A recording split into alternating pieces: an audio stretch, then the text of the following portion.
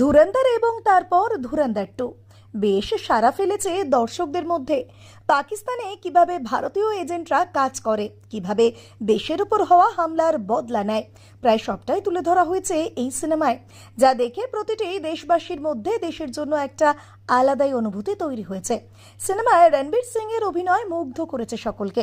শুধু কি রণবীর সিং, সেই সঙ্গে সারা অর্জুন, সঞ্জয় দত্ত আর মাধবন, অর্জুন রামপাল সহ সকল সহ অভিনেতাদের অভিনয়ে যথেষ্ট প্রশংসা পেয়েছে দর্শক মহলে।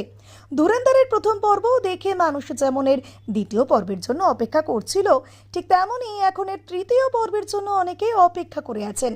অনেকেই ভাবছেন হয়তো খুব শীঘ্রই আসতে পারে এই সিনেমার তৃতীয় পর্ব। নানান রকম রিল দেখে শুরু করে পোস্টার দেখে অনেকেই ভাবছেন এই সিনেমার তৃতীয় পর্ব হয়তো আসতে পারে।